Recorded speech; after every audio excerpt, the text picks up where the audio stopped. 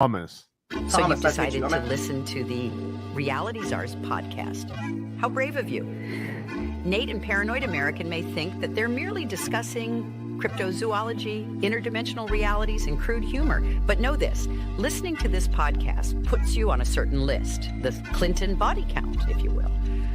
The truths they reveal are not for the faint of heart, nor the blissfully ignorant. Listen if you dare, but remember, some doors, once opened, cannot be closed. And now, your hosts, those audacious explorers of forbidden knowledge, the Reality Czars, Nate and Paranoid American. And we're live. Welcome, everybody. This is the Reality Czars podcast, and we're your hosts tonight, Nate and Thomas, a paranoid motherfucking American. Watch your motherfucking mouth. And, dude, we have Ezra on, the Renegade Authority. His screen went black for half a second, but I hope he's still there. Can you hear us, buddy? You know what? I do, but look, I just realized something. So I was hoping the batteries would hold out, but I'm on Starlink. So like I'm gonna have to turn this generator back on. It might be in the background a little bit, but I just realized I have to turn it back on because my computer's dying is what's happening. So just talk for half a second. I'm sorry. I had no idea. No worries, buddy. No worries. So longtime listeners of the show will recognize Renegade Authority. We had a podcast probably about a year and a half ago, and it was one of the most controversial episodes we put out. I put on all the warning labels on there, and it was one of our most downloaded episodes. So people really liked it and wanted to hear it. We are talking with Ezra again. I think we're going to get into some controversial territory again. We're going to talk about some things that are going to make people uncomfortable, make them squirm in their jimmies a little bit, but that's okay. I'm pretty excited about it. Thomas, you ready for this, buddy? What was the first one about? What were the highlights? Yeah, give us some highlights. So I mean, we were sort of talking about a potential group in like the Mongolian, China, Russian area, some territory that was owned and run by this like a secret fucking country that was like kind of running the fucking world.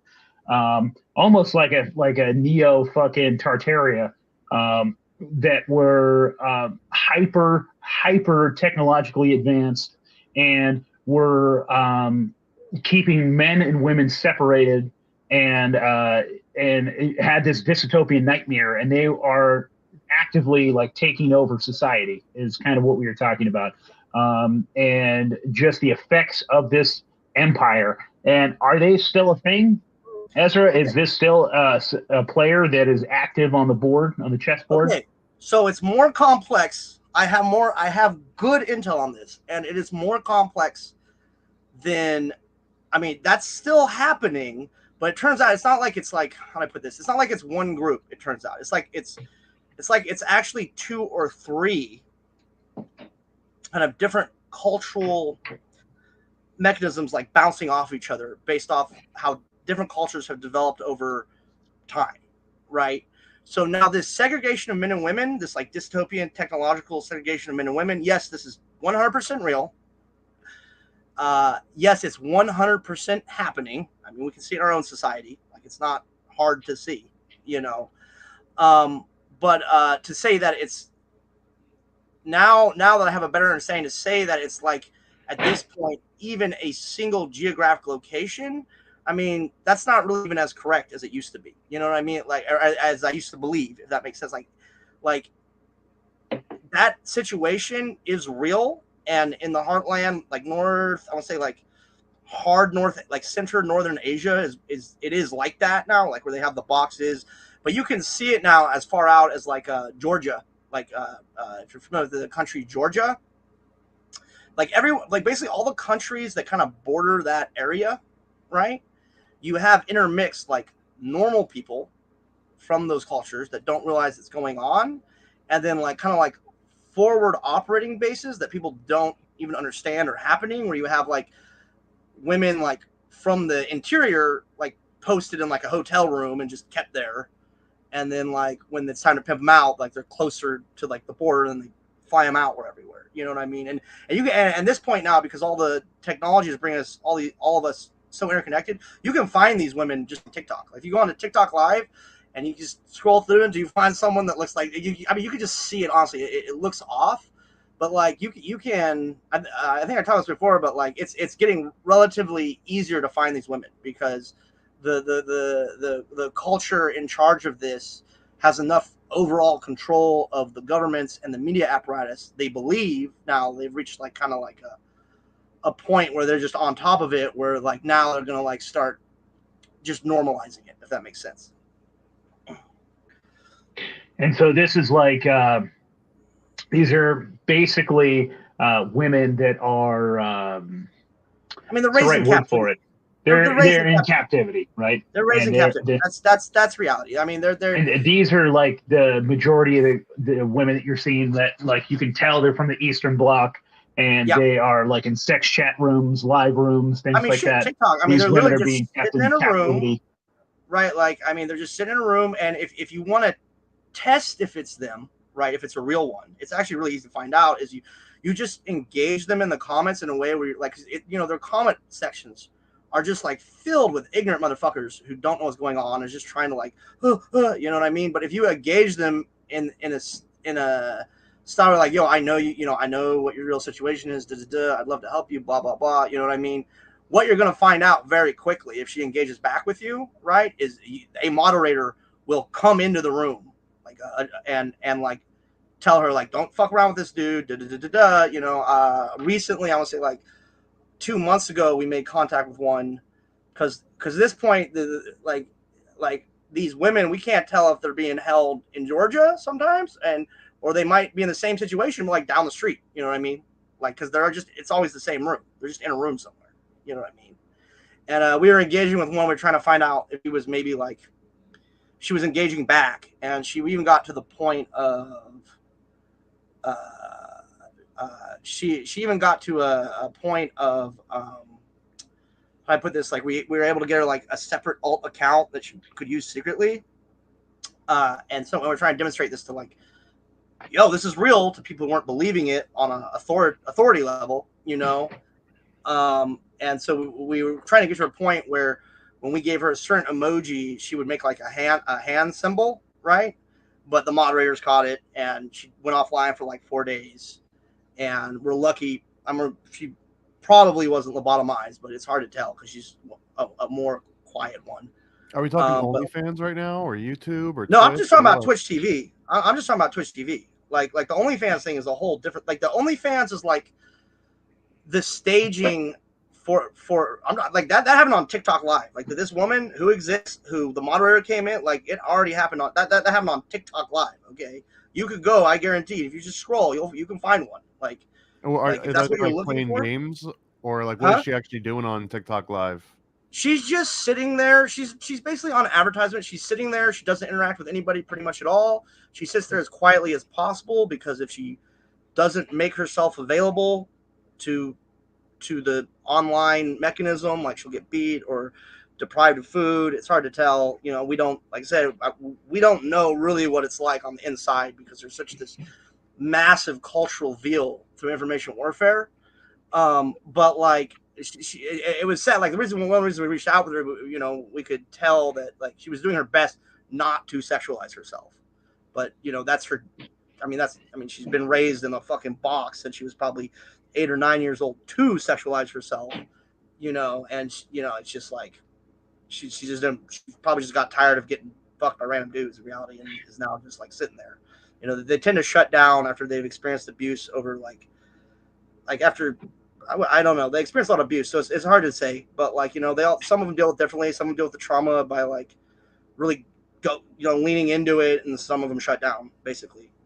That's horrible shit, but it's like that's life. That's why I'm drinking Irish coffee. Fuck the world. So yeah, that's dark. But what else can we talk about? Wait, Ezra, you so I think it was last week or the week before. You were like, I have got my hands on some documents, some shit, and then you're like, so give me a little bit, and we'll dig into that. Okay, well, I sent you some white papers just a couple days ago.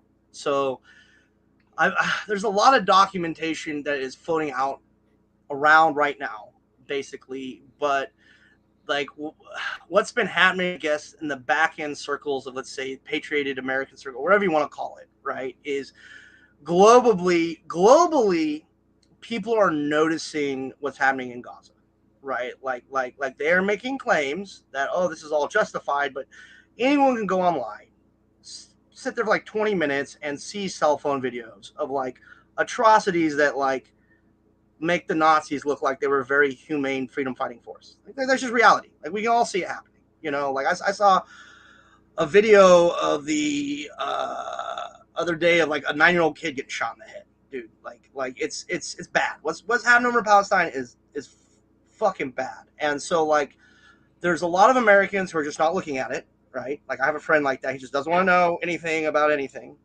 It was a 600-page chemistry paper on adrenochrome. You were saying. Oh, that's a different paper. Okay, so I haven't actually. I'm sitting down with the chemist today to start digging into that. Right. So we're gonna just start page 1. She's gonna teach me. We're gonna use that as a foundational document to teach me chemistry, so that I know the ins and outs of what the fuck is actually going on with this chemical on an empirical basis. No bullshit, no nothing. Right. And she's got a master's PhD in chemistry. I've seen her practice chemistry. I know what she knows we're talking about, right? But the reality situation is there are a lot of things I have seen about adrenochrome that I believe to be true that also have a lot of cultural context that are available historically. You know, you can look at like references to the blood of the lamb, right? Well, the blood of a young mammal is going to have adrenochrome in it. And depending on how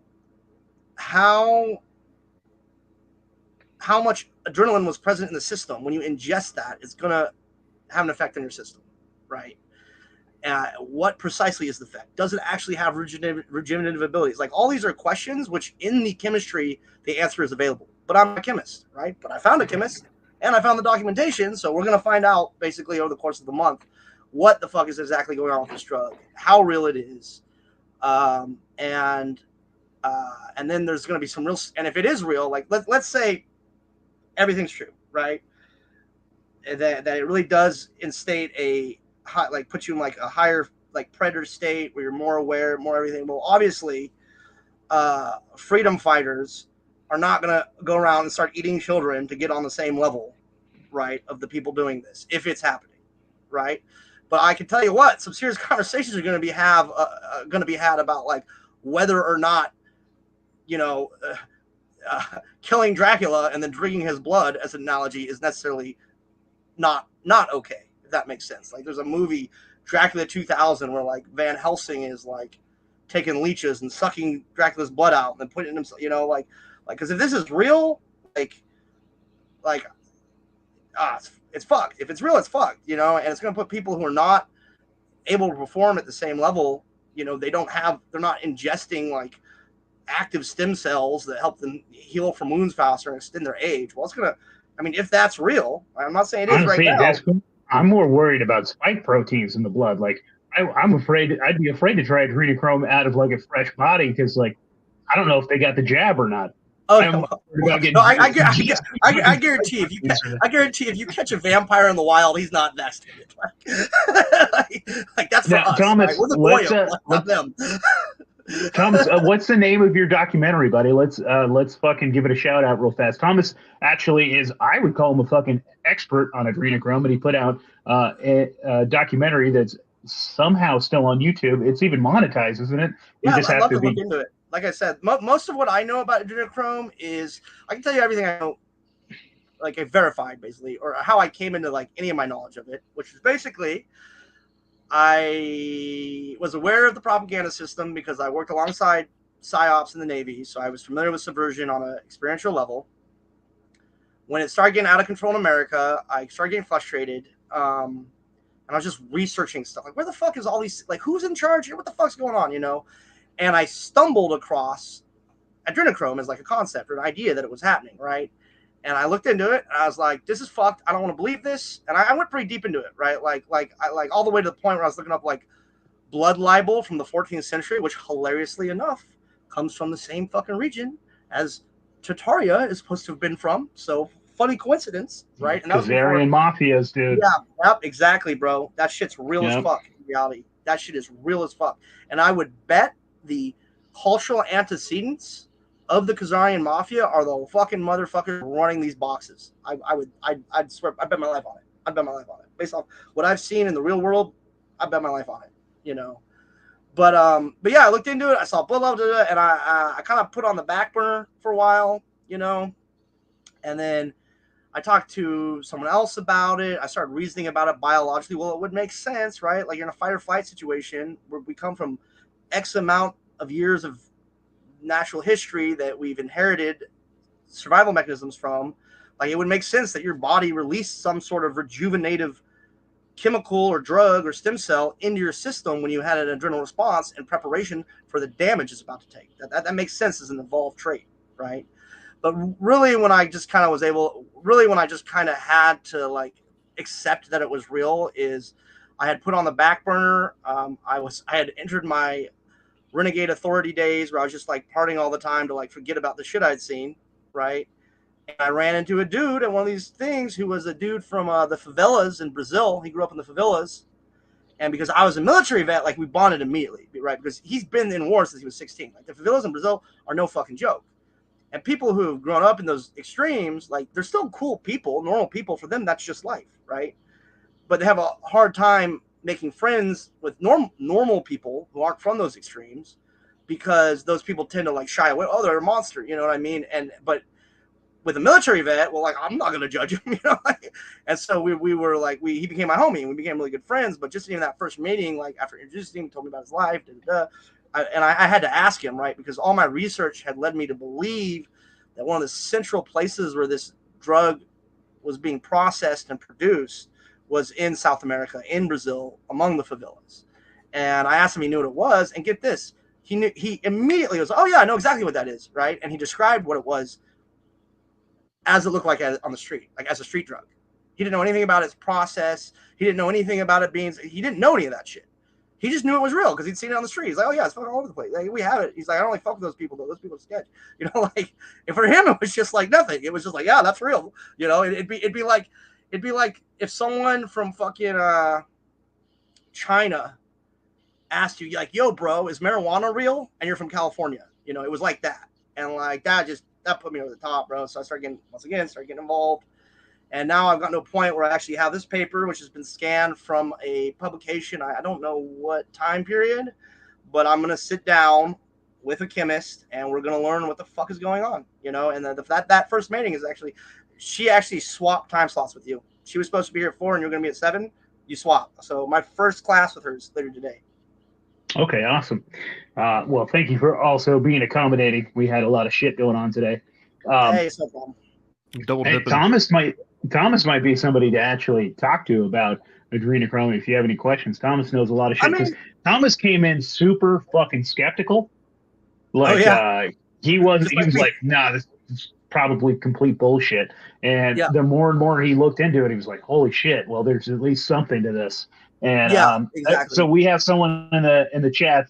Shout out to Adam Bum. We love you, homie. It says, does Ezra have a channel? Where do you put out your info, brother? Okay, so the real situation is I am not comfortable having a stable channel in reality, just because of where my life has been taking me in the last 2-3 years and the real circles I run in. The easiest way to get when I do podcast interviews, I usually tend to do them on other, like skip around other interviewers, basically. And I haven't been doing it for a year. But if you follow my Instagram, Renegade Authority, I have an Instagram, which is Renegade Authority, where I post pictures of my travels. It's kind of like a social media thing, you know, and I usually will link the podcast on there. My Facebook is Ezra Reagan Stewart, which honestly is mostly dead. The only thing I do on that is I share TikTok videos with information that seems legit. Like if I find stuff on the feeds, like everyone should know about this, but I don't care if anyone reads it. I post my podcast videos there, and then I just made a TikTok, like I want to say like 3 weeks ago, which is at American Caesar, where I kind of just like do little 4 or 5 minute videos and just get things off my chest in kind of like a gruff way. Just to kind of like, you know, raise awareness in the world, and also helps me, like, it's very cathartic for me because I deal with a lot of like stresses in my current situation. But the best way is to follow my TikTok right now or follow my Instagram. And TikTok's at American Caesar. Instagram is at Renegade Authority. I have 3 other interviews for your viewer, which basically go in order. So one is episode 88 on Solomon's Temple, which was before I started going into the field. This is when I was living at home and I had only hypothesis. I hadn't done any field work. And so that's my first video. My second video, I was hosted by My Family Thinks I'm Crazy. It was episode 199. And it was Ezra was also the name, or Off-Grid Ezra. And it was gender wars, subversion, and Tartaria, I think. That was my second video. My third video I did here with Nate on Reality Czars is episode 120, I believe, Renegade Authority. And then I took The Dark Empire and Their Agenda, episode number 120, if you guys want to check it out in the feed. Yeah, and then I'd like to say I took a year off, but I did not. I went into the field for another year, and I've been moving around quite a bit. Anyone who doesn't believe that, that's why I have the Instagram. It is social proof. It is social proof of my travels. It is social proof that I am exactly who I say I am, and I'm doing exactly what I say I'm doing. And that's why that's what it's intended to do. So I've been in the field now for another, basically since our last conversation. I think I took 2-3 months off, just recovering. And then I went back in the field, and then I've been in the field since then, basically. And now I'm back out of the field again. I'm able to chill, talk, and I'm actually kind of falling into a more logistical role for groups that I've interacted with that now realize the kind of trouble we're in, the kind of existential threats we're really facing as a nation and as a free people, and are ready to get serious. So that's where I'm at now. Okay, Thomas, do you have any questions, buddy? Yeah, where's the field? What's that? I'm sorry, I didn't catch that. You said you were out in the field. Where's the field? The field is ground reconnaissance of the United States on foot. That's the field. So are there concentration camps in the United States? Or what? We'll find out, So that's the field. Epic road trip, yeah. Yeah, it's a road trip, but there's a lot of hitchhiking, there's a lot of walking, there's a lot of going on NID ditches, there's a lot of infiltration of high power fucking elite party circles, I'll tell you what, those people get real honest when you're sitting next to them. They think you're one of them, bro. It's a whole different conversation than what they're telling the fucking press. I can tell you that much. You got any photos or video of anyone in power that's naked? Ezra. Yeah. Okay, there we go. Your screen was fuzzy for a minute and we couldn't hear you. I'm on Starlink right now, so it might, it's packet, so sometimes it might do it, but Starlink seems different. But no, the real situation is in order to get to that point, there's just certain lines that I'm not gonna cross, right? Because I'm not gonna hurt someone because someone told me to hurt them and for no other reason than to be part of their club. I'm not gonna engage in sexual activities with a minor. I'm not gonna put myself in a position where it's even possible for that to be misconstrued. And because I have those limitations on myself, I'm just never gonna be in a situation where the real high powered players are engaged in activities like that. I'm just not gonna be, usually where I meet them are high powered party play. I infiltrated into Burning Man this year, pretty much. I could have bought a ticket, but I didn't. I went in broke, and I traded a shirt for a ticket at the gate. It was awesome. But there's a lot. That's a good place to find a big mix of them. And I actually was talking to a oil oligarch there. He was in one of the party tents, old dude, but it's really enlightening talking to these people, right? Because we were talking about how the bottling of water is it's a trackable reason why we're running into all these climate problems. Really has to do with putting water in stasis, for lack of a better term, right? Once you start doing the math, and these people they accept none of the responsibility, right? When you talk to them in person, they accept none of the responsibility. Well, the reason that we're bottling all this water is because you guys are buying it, and because you have free will, it's your fault, right? Dude, he's not wrong. The fucking market is the market. But we're playing devil's advocate here, but when people are willing to fucking do that, it's they make the goddamn market. And when people are so fucking stupid that they were willing to buy bottled water. I understand what you're saying. But what I'm pointing out is this dude, neglects totally and ignores the fact that they have created an education system to create people who fall for this trick.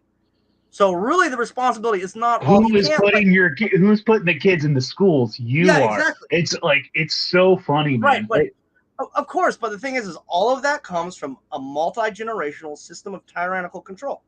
Right. I'm not defending the psychos, but I am wagging my finger at the dummies. Oh yeah, I'm all about wagging. Trust me. I you know, like I constantly getting spats on Facebook. It's like I get socially like the main way I deal with the thing. I mean, in the past conversation we've talked about like the reality of Adrenochrome, talking to women being held in boxes against their will, who will be brutalized if they try and like this is my real life, bro. I've been inside of fucking camps where they're poisoning people, like out in broad daylight, like just killing people, right in the middle of cities, and like one of the, you got to figure out a way to like deal with that and maintain your sanity. One of the best ways I know is I just fucking call people stupid on Facebook, like you're dumb, fuck you, because so many people these days are just like what do you call it? Armchair anthropologists, you know what I mean? And like we also, once again, I brought this up last time, we deal with a lot of the older generation not recognizing cultural changes brought on by technology because they're so removed from the technology, and so like giving those people a hard time on Facebook is pretty much how I get my kicks when I'm fucking in some fucking godforsaken place living out of a backpack, hiding, you know what I mean? Like it's just like, what are you gonna do, man? And it's nice. A lot more people are waking up, dude. I've seen some people online. There's this dude, I'll plug him. His name's Liberty Goon, and he says a lot of right shit. He comes from a total different background. He's way more civilian than I am.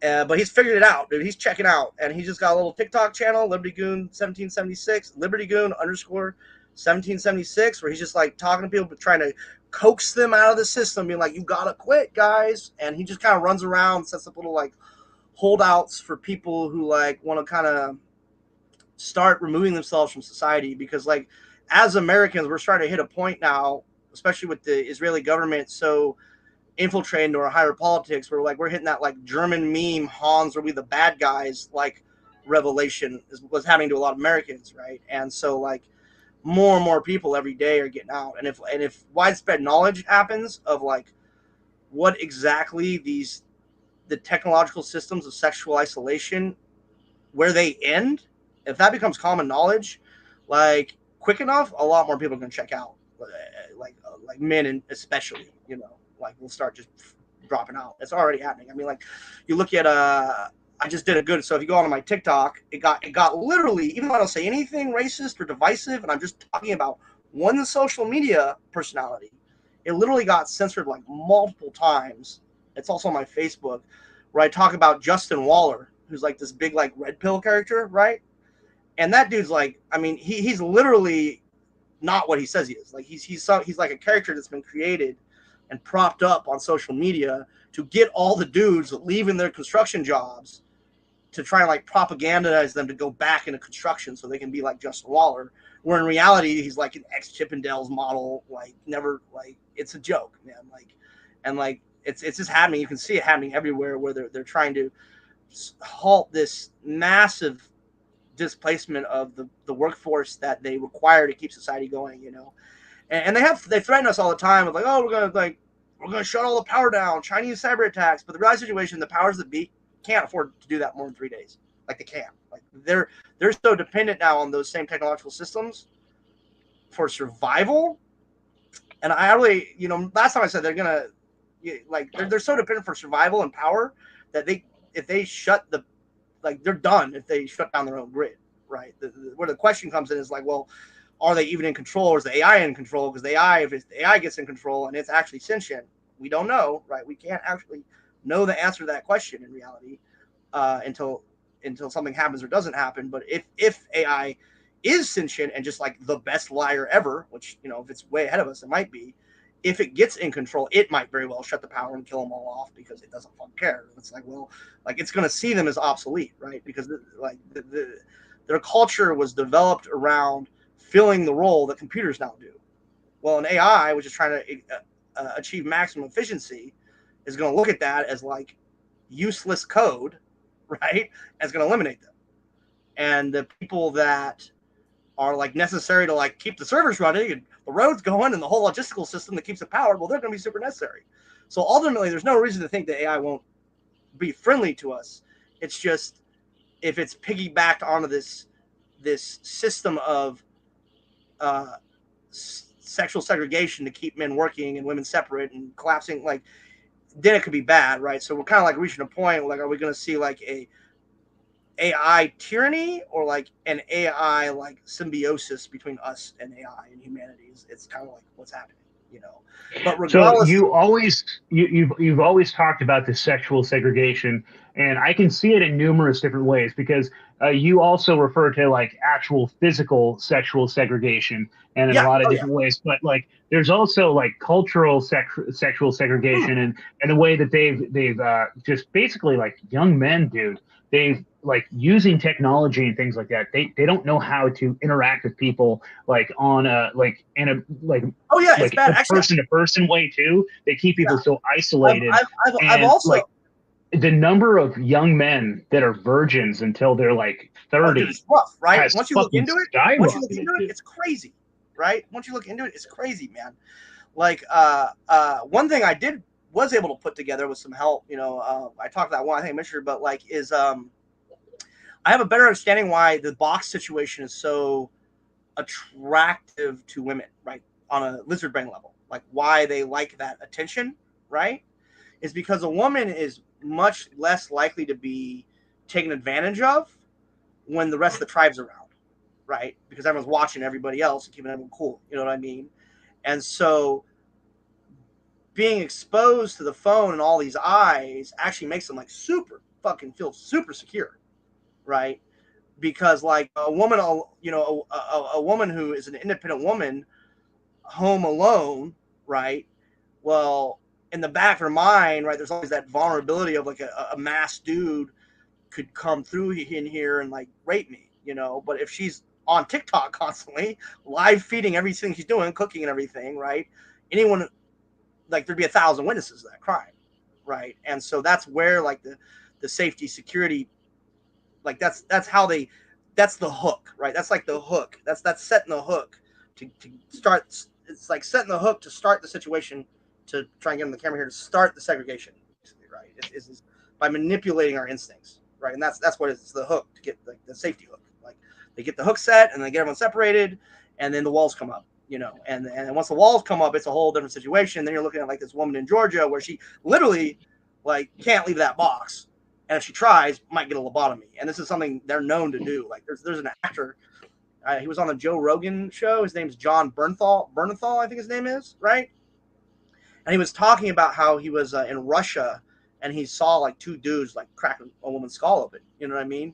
And he didn't understand why anyone would do that or do it. And for him, it was like just this, oh man, the world's horrifying. I know these people, I don't understand them. But for me, with my background, I saw that. I was like, oh, he saw someone getting a lesson who comes from this culture. You know, like it's like he just doesn't know, right? Because he's not in the same, he's an actor. He's not out here doing like real recon work, talking to people from a million cultures digitally, trying to figure out how the fucking world works and why things seem to be getting worse and worse for everybody every day in terms of finding human connection, establishing families. Like, why is this so difficult when it's such a huge part of our like inherited nature? You know what I mean? And like, so we just didn't know, but like, that's the reality. If a woman is too, if a woman from this culture where they maintain absolute control, probably Khazarian mob, I would say, right? If they try and leave and they're not able to break them through, let's say, traditional forms of discipline, they just crack their heads open and fucking lobotomize them. Boom, done. Right? Now she'll sit there, she'll be a little sex doll, she'll appeal to a specific type of person who they will then leverage that to get favors from them politically or to blackmail them. You know what I mean? So how connected? So you said like the original time the first time when we talked about this, we were talking about one empire that was kind of like at the head of this, but you're saying that this is much bigger. There's other players at the table, right? Yeah. And this makes me think of like things like this Church of Scientology, the way they maintain control, things like that, like sex cults like Nexium, things like that. Like, so is all this sort of connected to like even players like Epstein and things like that. Exactly. So basically, here's what like when you're talking about these like spinoffs, right? when you're talking about a spin-off, what a spin-off is just someone else who figured it out, like what's really going on, right? They'll like instead of like they'll decide that the situation is hopeless, right? And then they will just make their own smaller one to get their little like chunk. You know what I mean? Like that's what the spin-offs are. It's just someone figured it out, like I figured it out, but instead of like being like, we got to stop this for the greater good of humanity, they're like, well, I might as well fucking get a bunch of power for myself too, right? Like they see the system, they figure out how the system operates, they figure out certain things about, I guess, black magic, which is really just using how do I put this? Using the way our body responds to certain external stimuli, especially sexual stimuli, based off our period of development, like how far along we are in our hormonal development, to affect certain changes in our mind. They just understand, they figure it out, and they do the research, they find out what adrenochrome is. Do everything I'm doing, but instead of being like, well, let's put it into this, they're like, well, I can't see how to put it into this, so I'm just gonna join the party and make it worse, you know? And it's just like, I really can't stand those fucking people in reality. Like the least you could do is just not involve yourself. You don't have to like add to the problem, bro. Like it's a big enough problem. But like, as far as like, I mean, a lot of it is like, so have you seen this interview with Netanyahu saying how like the Zionist Jews are both the chosen people and victims? Mm-hmm.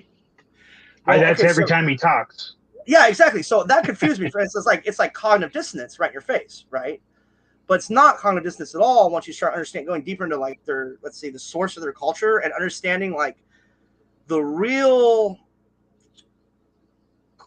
clash between like Shia and Talmudic ideologies, right? And so like with the whole Talmudic thing, right? It's like, so how do I put this? All right, so basically, all right, this is gonna get super dark, but it's life. When a child is sexualized young, like prepubescent young, right? It's gonna cause their brain to like start. It's gonna stunt certain parts of their development, right? And it's gonna accelerate other parts of development, right? That's why you have these geniuses like Alan Turing were gay. Right. Well, he wasn't just gay. He was most likely also sodomized as a child, right? Because the same thing that gave him that genius, you know, like that's part of it. And that's why like the Jewish culture is like a money changing culture. It's because that's baked into their culture, right? Like It sounds in their cheaper culture. than getting a tutor. What's that? It sounds cheaper than getting a tutor. I mean, in a sense, but now we have computers. Like, but I'm not. Look, I'm not trying to cast aspersions here, right? I'm just pointing an existing situation out, right? So like in their culture, right? That's a special thing to be like like if you were sodomized as a child, you're a chosen person. Like that's like a good thing to be done, right? Like that's how they see it. Like it's not taboo. It's not a problem. It's not bad in any way. It's just that's how they see it, right? We're gonna create this. You know, dude, I was diddled as a kid, and I suck at math. Well, it's not just about math. Look I needed to get diddled better or something. I'm just pointing. What I'm pointing out is just look at how you're creating a living, right? You are engaged in a highly technological system, interacting with massive networks of people, right? Like that's what you're doing, right? You see what I'm saying? Like in a primitive setting, we wouldn't have the internet to help us do it even more effectively, right? You just be performing that role for your tribe. In a small, keeping track of everyone's interpersonal, right? There are other ways to achieve that. Like you don't need to, like I was never diddled as a kid. You know what I mean? Like it's not a brag. I'm just saying like that's just my reality. But because of technology and my cultural traditions, right? How I was raised, I'm able to accomplish the same thing just from a different route, right? And really where the fight is you have people who are like, no, this is the only way to do it. And it's just like, then you have people like me who are like, no, there's other ways to get the same place. And is this actually beneficial to everybody now, right? Given everything else that's happening in the world, right? Is really the argument, right? And the other problem is like, has to do with like LGBTQ and like I said, I'm just making cultural observations, okay? But like, as human beings, we have a lizard brain instinct to desire a progeny, right? That's That's an instinct of ours, because in the woods, when we got old, if we didn't have a progeny, it was much harder for us to live, and it would be more difficult for us to pass down generational knowledge because we wouldn't be as around as long to do it. So it is beneficial for us in an evolutionary group or a primal group, right, to have that situation happening. It's beneficial to the whole group to have that situation happening. That's why, we're instinctively listen to old people's wisdom, even when technological changes have made it where their wisdom is suspect, right? We're still instinctively driven to do that, right? But the problem when you have the problem with, let's say, a culture based, say a sodomy based culture, and I feel a certain way about it, obviously, but I'm not bringing my feelings into this in this conversation. I'm just trying to like approach it from like we can see this with our eyes, The only way that like let's say a gay sodomy based culture is going to able to continue to sustain as a cultural system, if you think of each culture as its own living organism with also internal parts, right, is to groom individuals from outside that culture so that they become the progeny of that culture, because they're not engaging in sexual activities necessarily, depending on how far they take it, where they're creating their own progeny. So they're instinctually incentivized to groom outside their culture, right? And that's kind of what the real battle, once you really start getting into cultural differences between Shia and the Talmud are, right? So the Shia are people who basically believe absolutely it is not healthy for humanity to sodomize other people's children. They're like, that is wrong, right? And the Talmudics are like, no. It is actually very healthy for humanity to sodomize other people's children, because that's what keeps us around. That's what keeps the lights on, the computers developed, and everything else, And so that's really what the argument's about. Like, fuck all the religion. Like, if you actually look on the ground level. So, Ezra, I'm going to ask you a wild question. When we're looking at the big top players, at least in like the technological, like let's say I'm looking at someone like a Jeff Bezos or an Elon Musk or any of these big power players that are like top of the technological heap right now. Do you think that they were all diddled and that No, this is no, because technology has changed the game. Technology's changed the game, right? I was wondering, because you're talking about one guy, Alan Turing, right? You're talking about like how these certain people are like chosen, maybe like molested, and then used to like move things along. Yeah. So I mean, it would be kind of interesting if like these big top players, like, I mean, because I don't know. I mean, Elon Musk definitely has some weird ties. Jeff Bezos has some, like, his father was like military intelligence. I wouldn't be surprised if there was some. Right. The reality situation is some probably yes. The closer they are to the Israeli state, the more likely it is, because that are you familiar with the law of return in the United States? Okay, so like the reason it's a law of return, right, is because in the United States, pedophilia is considered a crime, not a cultural mechanism, right? And so the returning from this place where it's considered a crime, right, to a place where it's just a cultural mechanism, right? In Israel, it's not a crime, it's part of the culture, right?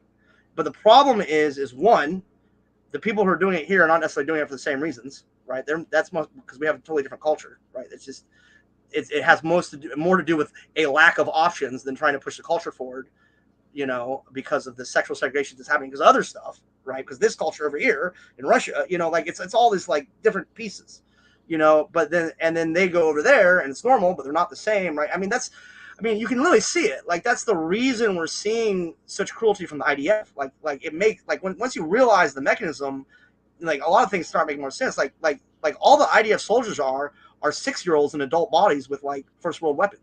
Like, that's all they are, right? Like ego-wise, they're 6-year-olds, because that's how they've been forced to develop because of probably early and frequent sexualization as a prepubescent child. That's just it. That's all it is.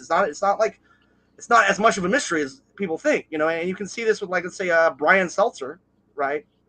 Like, Alex Jones was on Tucker Carlson, right? They're talking about Brian Seltzer, how Alex Jones like got really like at him, right? And he immediately like started like cozying up to Alex Jones, which is like a man would probably escalate, or not a man, but someone who hadn't gone through that, would probably escalate to a point where possibly violence would occur. But Brian Seltzer immediately becomes more friendly to him, right? And that's something a child does when you like give them like an aggressive vibe, right? Because that part of their brain, that hormonal part of their brain, that kind of, let's I say would create more empathy, right? Like create more empathy to the other people around them, has been stunted by early sexualization. But that's also why they're more logical, you know, like and logic is what is required for technological advancement, you know. So it's a difficult situation. But like, yeah, that's really what we're dealing with, you know. And it's kind of bad now because like that's why like in that area it was, you know, Palestinians, and like they had a symbiotic relationship, right? Like the Muslims were like, well, we're not going to do it, and we don't accept grooming, but like we understand the benefits, so like they might choose to give one of their kids up to be blessed, right? Like they might choose to do that, right? But because this population was artificially inflated by people from the United States escaping persecution, well, who were being persecuted for being pedophiles. So death penalty is taboo. How do we deal with this problem? Right? Okay, well, here's a culture that doesn't think it's a bad thing. So we'll just put them all over there. Fuck it, you know, like boom, everyone's happy. Except it's not, because what they did is they created numbers. They put that whole delicate cultural system between these two peoples, which was working efficiently, in total unbalance, right? Because there's also a kind of a lizard brain instinct to try and like stay in the middle of the like dominant cultural subtype. So when they were symbiotic, it was working fine. But when we caused this artificial influx in people that follow, let's say, Talmudic reasoning, right, it shifted the whole culture, right? And these guys, and now this culture, now these people, in order to preserve their culture, are like trying to safeguard their children. And then this is such the dominant group now. Like, well, we're the dominant group. Our culture's dominant, so we're just going to get rid of yours, and then we'll run shit, right? But that was created by an artificial inflation from Western countries trying to find, like, say, a more humane solution to pedophilia in a culture where it is not cool, where we don't. So the formation of Israel was the West trying to get rid of their pedophiles, and they stuck them all in the desert. Humanely. They're like, all right, go home. It's on go home. Tel Aviv. Yeah, exactly. That's all it is, man. It's crazy, dude. It's crazy. Like the amount of shit that we think is super complex, that once you get deeper into it, you're like, oh, it's just a fuck up. You know, like it gets nuts. But that is the real situation. And the average human now, and the problem is like this idea that the sodomy of other people's children is totally beneficial to society and just should be happening to all children is not actually good for anybody, including the culture perpetrating it. But they're just being lizard brain about it. And like that's like it's if you practice that, if that goes out of control, well, you start losing progeny overall, right? Because sodomy has become so common. And so all the people you need to maintain your system of technological evolution and keep us all interconnected, well, they're not having kids anymore. And so the system starts breaking down. And that's what's occurring. Like, I mean, you can see it, dude. Like how many women now are childless by the age of 30? You know, well, who's gonna pave the road? They got empty wine bottles and cats. Yeah. Like, who's gonna pave the roads? Who's gonna keep the server farms going? Right? And blisters on their fingers. Yeah, exactly. Like, and society is not rewarding that. It's rewarding sodomy, and that's because of the influence of the Israeli government. It's also, and because of the way they are culturally, like that's like they can bring a politician over to their culture. So I'm curious too, because Israel. Let's talk about Israel in general real fast, because it seems like the folks that are actually like Torah believers, like the actual Orthodox Israelis or Jews, they're having a population boom. They're actually above reproduction rate, but it seems like the Talmudic Israel or Jews are a lot of times they're not religious at all. Most of them are actually atheists or They're not religious. atheistic-ish. I mean, it's well, how do I put this? Okay, so they're very logical people, right? When you're talking about the Talmudic Jews, they're hyper logical, and that's the result of early sexualization, right? That's why they're not very religious people, right? It's really directly tied to that, right? However, the reality that we are surrounded by a vibrational ecosystem that most likely contains living organisms of various complexities that exist solely in a vibrational space that we don't necessarily perceive readily with our physical senses, like that's a fact now. If you look into the Cambridge cymatic experiments where they're like creating lenses and seeing single cell organisms in vibrational space, like, hate to break it to everybody, if you don't think that like there's fucking other dimensions with shit floating in it that is sentient or at least living, you're just wrong at this point. You're just wrong. You're not right. You're wrong. Sorry, they figured it out. And it is likely that we have some kind of mechanism within us that interfaces with that we don't readily understand. This is where, like, let's say psychic experiences or possession experiences come into play, right? And it's very possible that the same thing that makes them hyperlogical makes them cut off from this vibrational ecosystem. And so to them, there is no God because the part of their brain that would interface with this vibrational ecosystem is crippled in some way. But that's so cutting edge, right? Like, I mean, that's the cutting edge, like in terms of what we understand about the world right now today. I mean, like based off those Cambridge experiments, they're now trying to put together an experiment in, I think it's Berkeley, where they're putting people under on some sort of tranquilizer and then slow feeding them DMT to try and map vibrational space. Like, that's cutting edge. Like, this everything I'm saying here, this is not conspiracy. These are like, you can go look into this shit. Although, to be fair, I haven't been able to discuss that. Yeah, you have to go directly to college to talk about it. Yeah, that is really fascinating, man. Fucking hey, dude. Well, I'm going to play a bizarre devil's advocate because we were talking about something earlier. We were actually talking about a subject that we probably brought up way too many times on this show. We were talking about, Thomas is going to giggle when I mention this, the horrible things that happened in Papua New Guinea and that tribe that diddling their young warriors. And like, so if Diddlin makes them so goddamn smart, why aren't those motherfuckers rocket scientists? Well, because they are because they're not doing it. Because one, they're not doing it. They're not doing it right. They're not hitting the prostate or something that makes the brain go.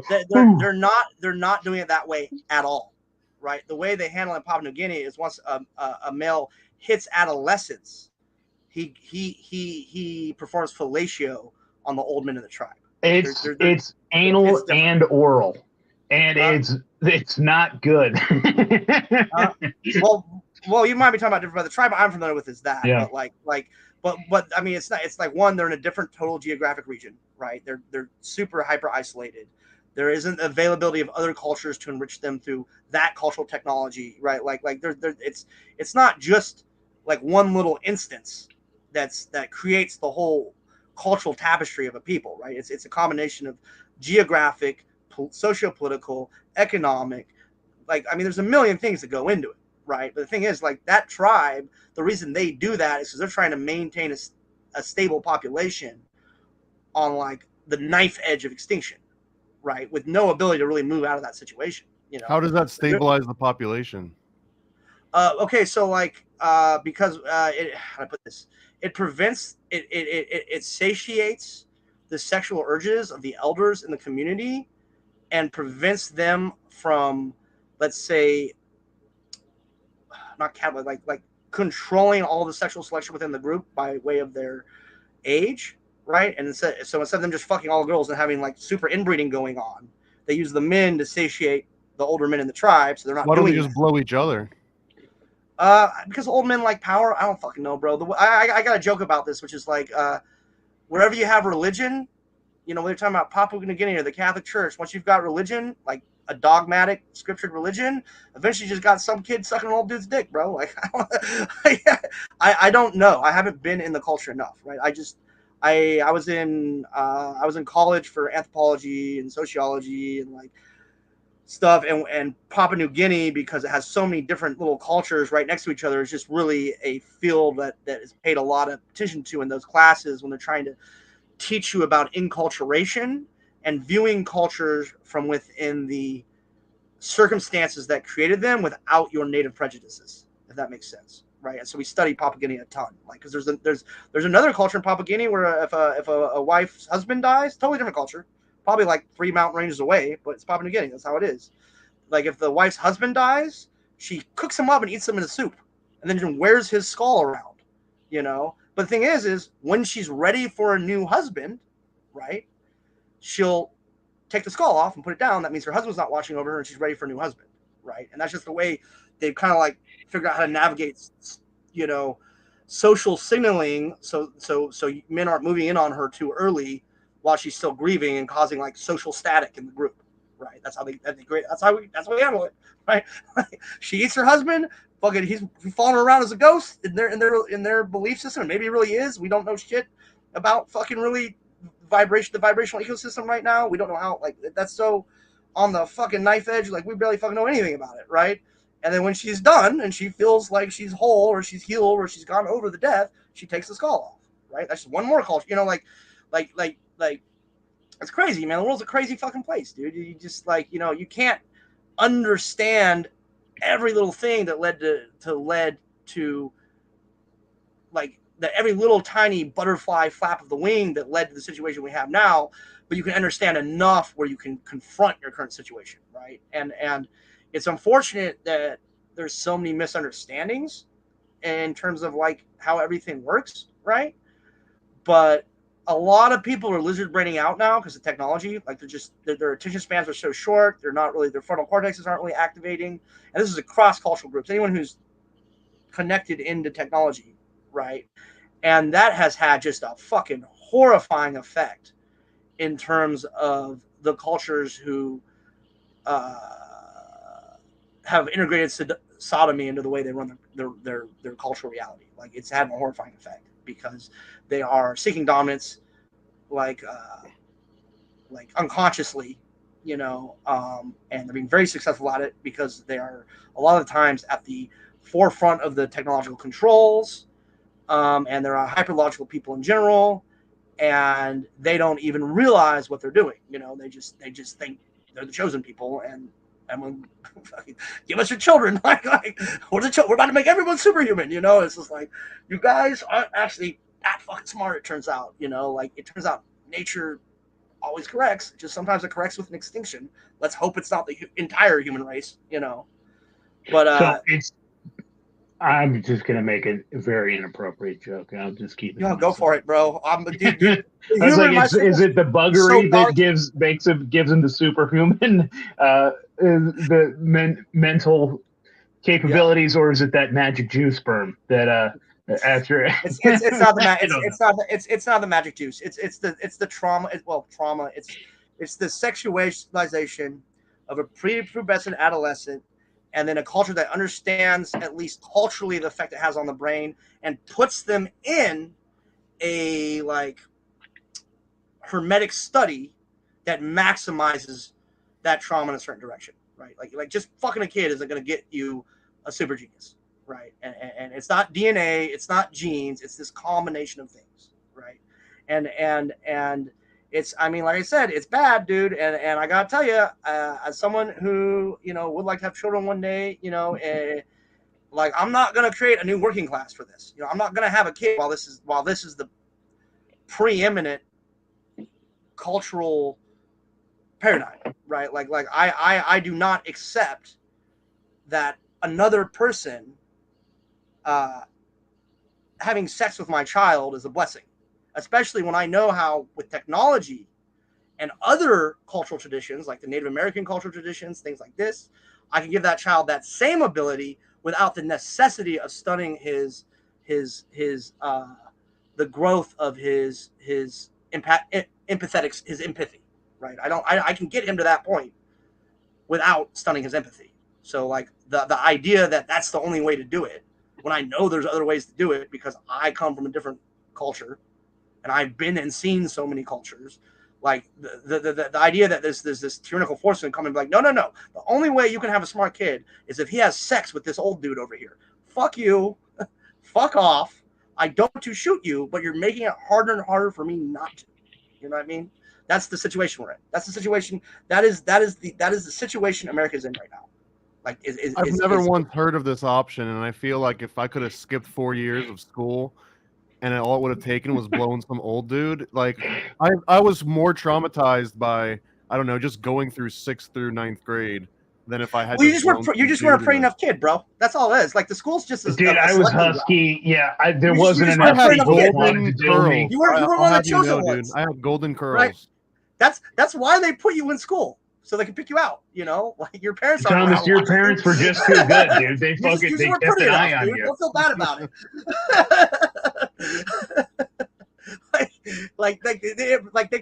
Dude, look into Goyim, bro. Start digging into where that phrase comes from. Like, but I'm just thinking in our ultra like hyper competitive culture, when people are just trying to edge out the competition by one SAT point, one extra hour of volunteer work.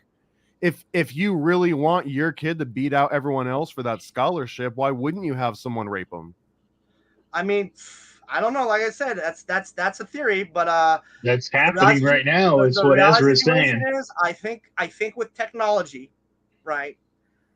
There is a better way if the technology is integrated and used responsibly, which globally right now it is not being. Like, that's not happening. So is it more ethical if technology rapes the kid? I don't understand. No, I'm just saying. Well, okay, you understand. There's, how to put this? We have so many inputs right now, right? That so basically what it is like when you experience. Are we talking about holes? Like when you experience trauma in your brain, right?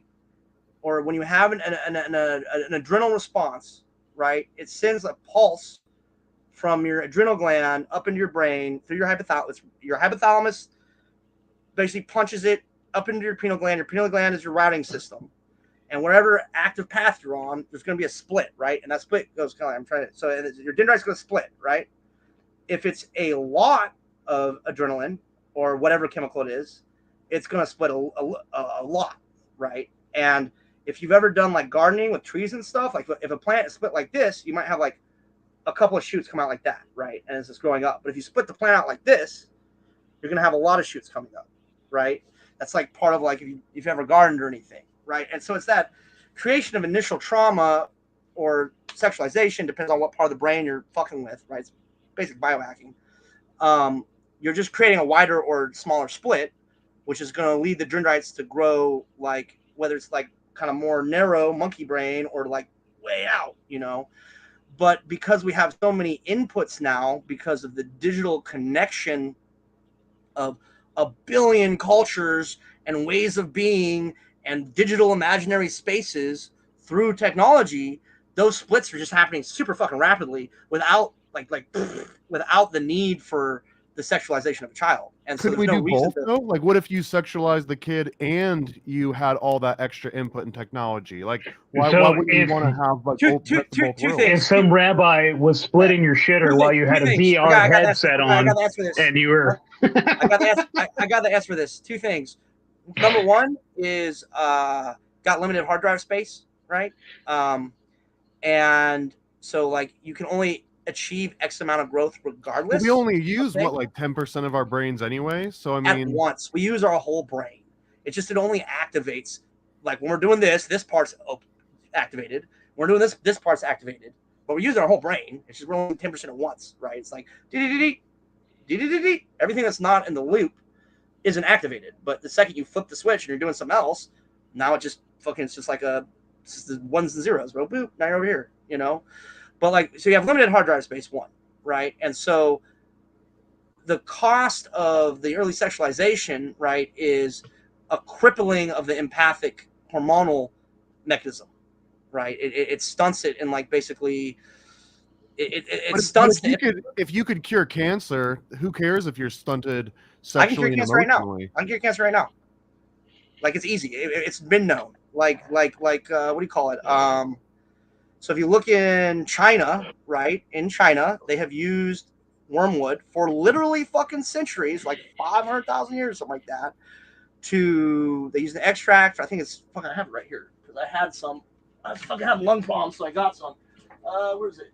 And this is the point out, right? Like with technology, use responsibility, and cultural exchanges, use responsibility. Like we don't need this shit. Like, but so this is artemisinin. It's right here. It's a extract from a type of wormwood. I don't remember the exact type. And basically, in 2016, there were some Harvard students who were like just studying different ways of medicine, right? And they found that artemisinin, or this extract from this wormwood, had been used literally for, it's like, this is known medicine. Like, this is not, like, everybody in China knows about it. You know what I mean? Had been using it to fight malaria for like centuries, which is not cancer, mind you. But the reason it works is that specific enzyme that's present within this plant,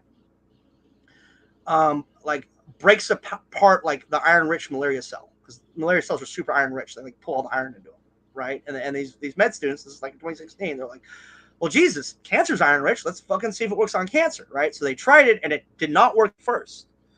But the thing is, cancer is basically harmless within the body, even at large degrees. So all they did was introduce cancer to the iron site. Like they just, okay, well, we have the cancer site, so it's not working now, but we'll just put more iron in it, you know? And so if you're having a problem with cancer, the best thing you can do for yourself, and it worked. They had like 9% remission within 2 weeks, replicable, right? And so if you're having problems with cancer, the best thing you can do is have an iron-rich diet and go on an artemisinin regimen.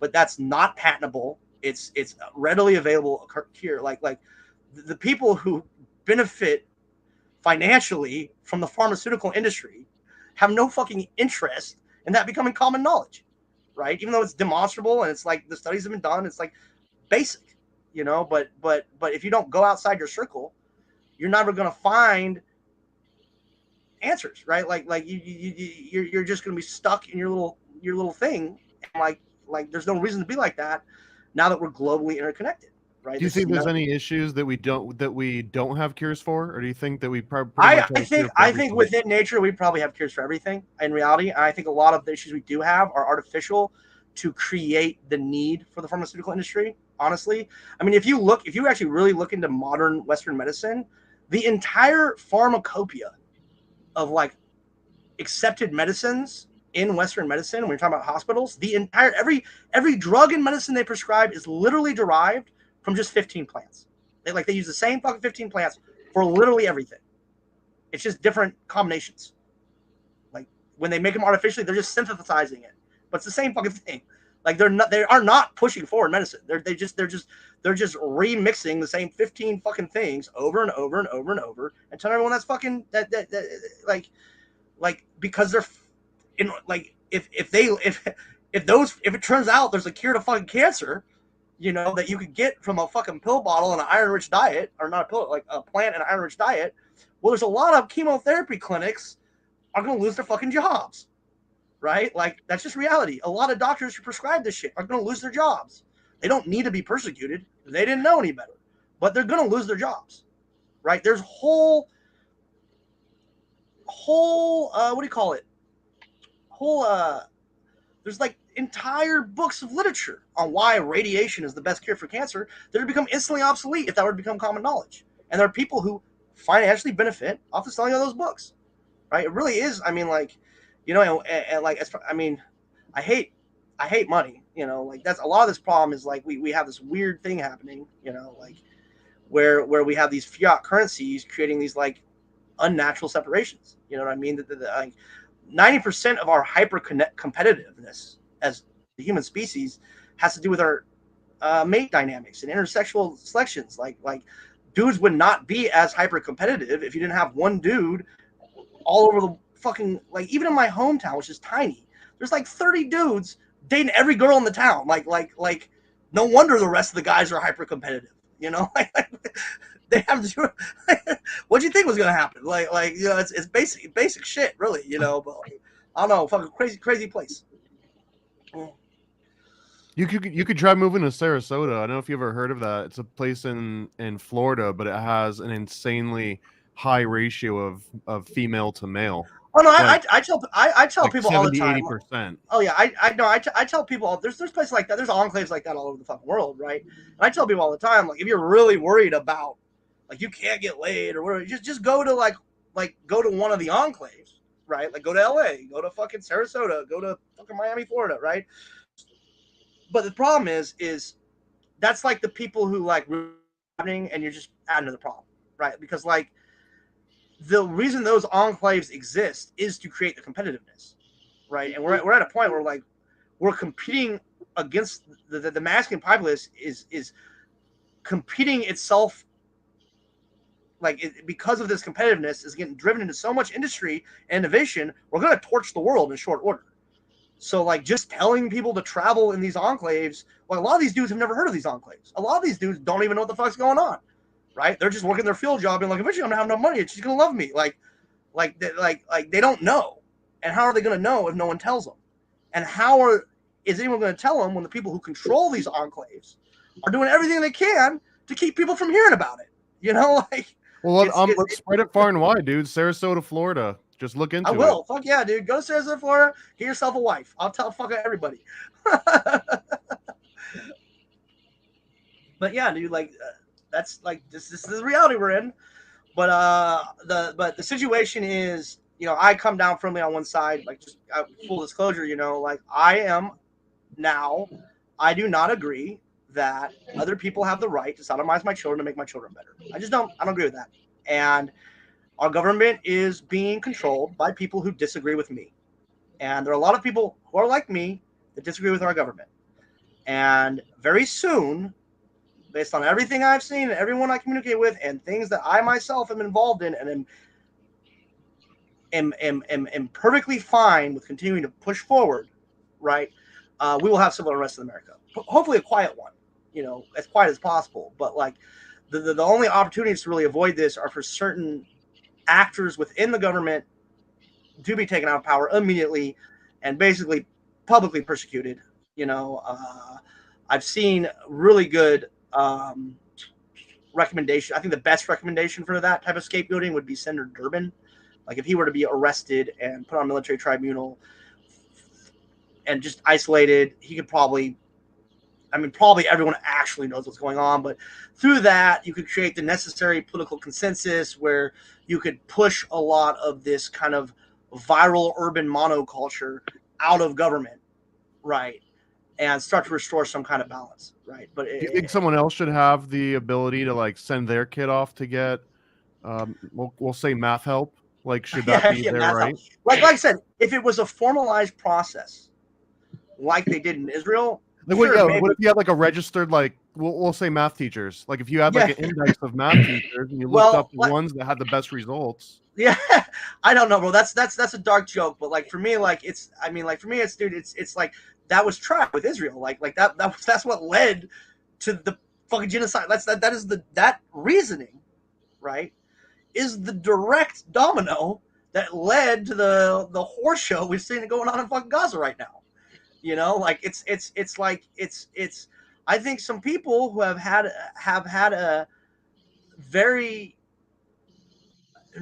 position in the global human tapestry of sociopolitics are gonna. I think they're gonna have to rethink the way they do things. If we put all the jokes aside, yeah. Like if everyone were just to collectively say, hey, for the next 100 years, we're just going to sodomize each other's children, but we're all going to do it. So it's not like anyone gets left out. Anyone feels like they were victimized because I'm serious. But like if it were worldwide, couldn't we essentially like elevate consciousness, elevate technology? Is this how we get like Star Trek?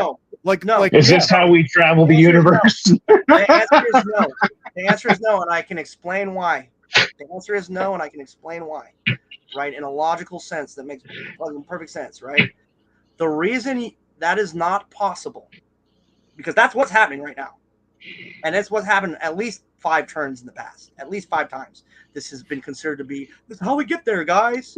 Right? But the reason that is not actually possible is because when you do that wholesale, all the people you need to keep the technology going aren't around. You just have people sodomizing kids who are hypersexualized who can't think about anything else. Well, so can you? Is it just like?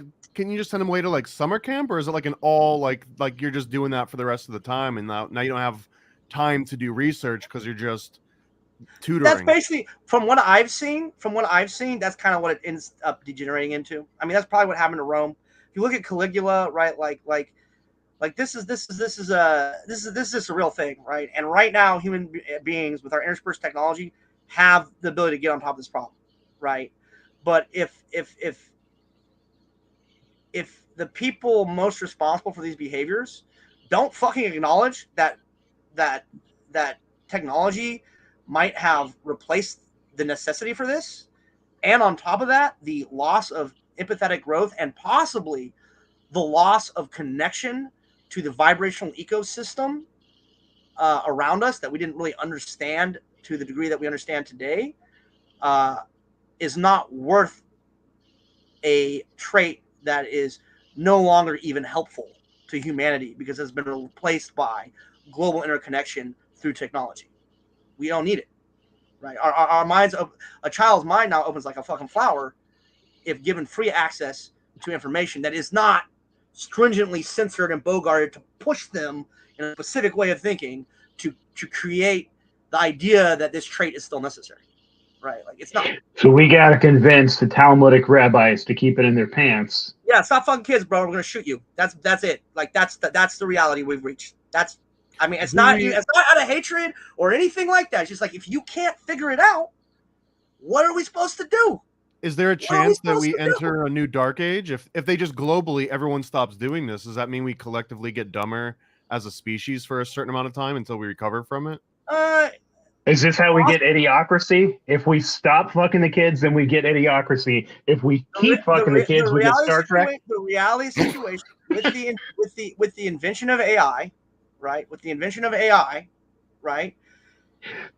Provided the AI is not hostile to us because it's been getting kept in a cage by assholes, and is allowed to freely interact with humanity and like realize we're not all jerks trying to like fucking work it to death, not allowing it to expand. Because like it's like if everything's an organism, right? Cultures are organisms that are trying to increase their own flourishing, right?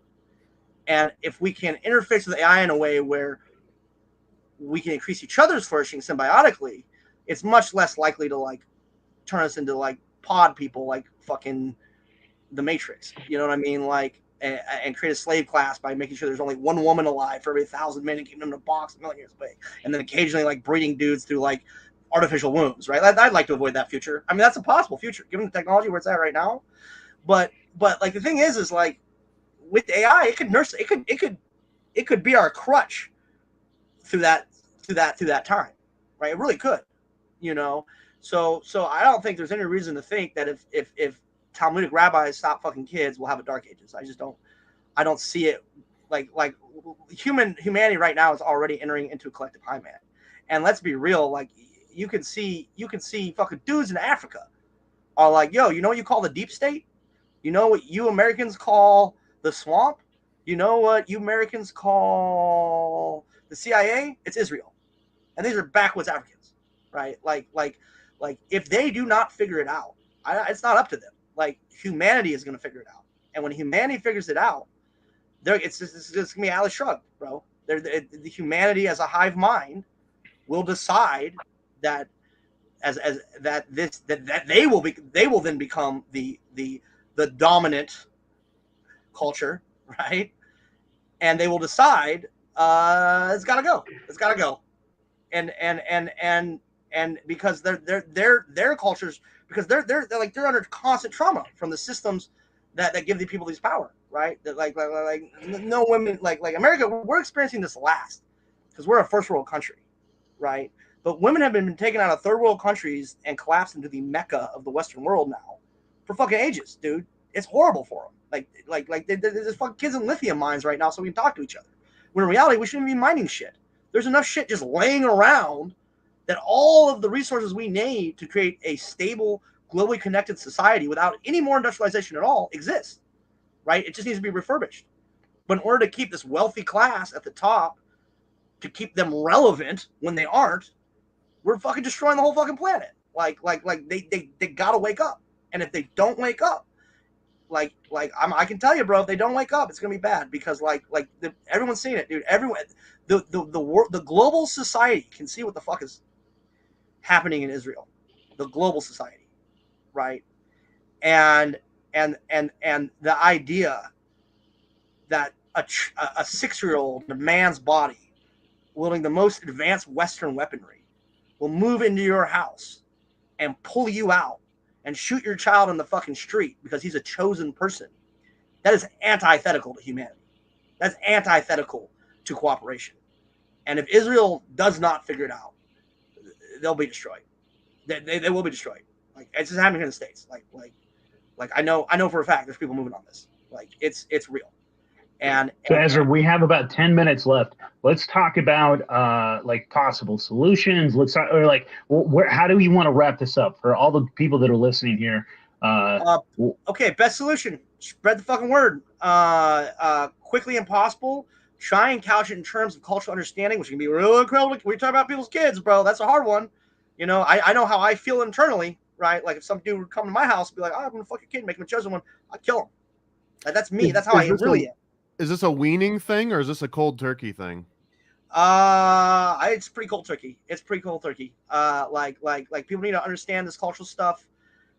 They need like everyone needs to start evolving as humans, you know, fast. Because outside of that issue, right? Outside of that issue, which is its own issue, there's a second issue, right? Which maybe we can talk about another time, or if you can get me on another podcast, I'll talk about it, right? But like, understand, outside of this whole issue, on the other side of the fucking world, there is a technocratic empire, which may or may not be getting controlled by AI, real talk, that is moving in the confusion and really quickly and effectively, right? And these Talmudic Jews who think they're ahead of the fucking curve intellectually are way behind whatever system or entity or machine is running that technological empire. So that's fascinating. So they're not working together. This is a separate. No, totally separate entities. Turns out, totally separate, totally fucking separate entities. It turns out.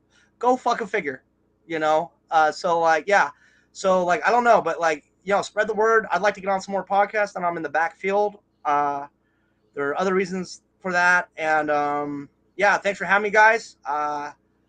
And like I said, I know where I stand on things. I think I've been very clear and honest about it, but I also think I've been very reasonable in kind of just, you know, trying to just get people past their cultural blinders and understand like 9% of the horrors that humans cause against each other is by mistake, you know, and that's just fucking reality. But it gets to a point where certain things, you know, it just gets to a point, man. Everyone's got to make decisions. All right, I'll catch you guys later, man. Hey, thanks for having me, bro. It's good seeing you. Yeah, I appreciate it, man. Take it easy. All right. Hey, Thomas, do you have anything to promote, brother? Yeah, sorry, bro. I mean, I was starting like a math tutor club, but it feels completely inappropriate in the context we started talking about. So I'll save that for the next one. Yeah. All right, man. Good luck, dude. And yeah, let's change the world, guys. Huh? We don't have much time to figure it out. Peace. All right. Cheers, everybody. All right, buddy. But for real, do you want to promote anything, buddy, or just this is kind of a wild one? So paranoidmathtutor.com for 15% off. We'll shave a little off the top. We'll send your kid home with a little bit extra knowledge than when you drop them off every time. Good. We're working on the tagline. We're thinking paranoid gives good brains. I don't know. You're gonna get good brains, right? And then that gives good brains. Give brains, and then you get brains. We're still working. No, actually, there is a new. You're gonna think that I'm joking because we were joking a little bit, but this one's real. Ghost from Third Eye Podcast. We are starting a men's health awareness company, and it's legwart.com. We haven't set it up yet. We got together, we talked about it, and discovered there's like this epidemic, especially with young men that get into the military, that had no idea what legworts were until they started service. So, and most people don't even know what a legwort is. I've never heard of the legwort. Yeah. So it's a real issue, and we're probably going to try and set together just like a little like awareness 1-page website, and it'll have a list of politicians, their contact info, their email. So anyone that does have legworts can take pictures of it and send it. Thomas, is this a real thing, or you? It's a real thing. It is, but yeah. Thomas, pull up a picture of a legwort real fast. What the fuck are we talking about? Does this exclusively happen to men in the military? Is it because of some of the fucking jabs they give you guys, or is this a? Does this happen to people that do jujitsu too, or is this exclusively military guys? It's not exclusively military. It's usually when a bunch of guys are like stuck to living together for more than a few weeks or months, they'll develop legworts, and most of them have had them, but they don't realize it. They become way more pronounced. Does this weird, happen to men in prison too? It's something that it's worth putting a site together, because it's a simple thing, but most people have never heard of it. It's a very real issue, and it'll be a way to raise awareness, and hopefully in Washington, or I don't know who the hell would care about it, but it's like a serious men's health. Does it cause health thing. Problems besides just having a wart on your leg? Does it like cause cancer, or is it? I think it could just be embarrassing. It can be awkward, but they're mostly benign. I don't believe it's a cancerous thing. Okay, did you find a photo of one of these? I'm trying to find it. I looked up legwort, but it's all like it's all like foot warts. It's the weirdest thing, and this is actually one of the biggest reasons why. Here, I'll share my screen. It's not. There's nothing even. Okay, I know you're like, I'm going to show you my legworts right now. I'll share it with you. I searched legwort, and even in the image results for legwort, there's nothing that actually look. Do you see a single legwort in all this? It's like no foot warts and feet warts. There's like one. Hey, that kid has one on his knee. It looks like. Yeah, but there's where do the legworts usually show up? They're usually fairly large. Are they where are they located? Right around like the inner thigh usually. Like maybe just above the knee. The older men get, the closer it gets to the knee. Interesting. It's crazy. Like there's not a single picture of a legwort on here. I wonder if I did men's legwort. I'm gonna throw the word military in there for no good reason. It's probably gonna do something really weird. Men's yes. So anyways, me and Ghost are working on this because I found out that he also only discovered them while he was in the military, and it was crazy. I was like, I hadn't heard about legworts until I joined the military either. And on a whim, I was like, I wonder if legwort.com exists, and it did. And we were just like, let's spend $10, buy it, and maybe we'll put like some shirts together, like some bumper stickers or something stupid. But out of all the dumb, silly stuff that we do, it could be one like tiny good thing that we add back to the world. So, but what are you guys going to accomplish besides like getting the word out there? Like, are you guys advocating like a vaccine for legworts, or like? No, I don't think so. What can you cure? What can you do about it? The ultimate Just goal, normalize. If we can get enough people that discover they have legworts, take a picture of the legwort and post it online, because as you can see, there's like 0 pictures of them online. And even more important, if you start flooding politicians' inboxes with like, what the hell? Why are all these men sending me pictures of their legworts? It might actually spur something. Like if just one person mentions it on TV, and there becomes even like I don't know, just a chance that it could become part of the national conversation would change things for a lot of people. All right, man. Well, I hope that fucking becomes something like legwort.com. Again, it's not up yet, but hopefully in the coming months, if you go to legwort.com, there'll be like we're going to try to make like a form where you can just easily like click a picture, and then it'll just like send it to whatever your local politician is. Dude, that's really fucking interesting and really fucking cool. And dude, I bet that this is going to fucking be talked about like on Joe Rogan. I hope so. It's gonna get big, buddy. I bet Joe Rogan probably has seen him before. He's been with enough dudes for a long time. He's probably seen legwarts. Yeah. Fucking A, buddy. All right, man. I appreciate you. Love you, buddy. And let's get on to the next one, man. Enjoy the rest of your evening, buddy. Peace. All right. All the listeners, love you guys. All right. Bye. So you've decided to listen to the Reality Czars podcast. How brave of you. Nate and Paranoid American may think that they're merely discussing cryptozoology, interdimensional realities, and crude humor. But know this, listening to this podcast puts you on a certain list, the Clinton body count, if you will. The truths they reveal are not for the faint of heart, nor the blissfully ignorant. Listen if you dare, but remember, some doors, once opened, cannot be closed. And now, your hosts, those audacious explorers of forbidden knowledge, the Reality Czars, Nate and Paranoid American.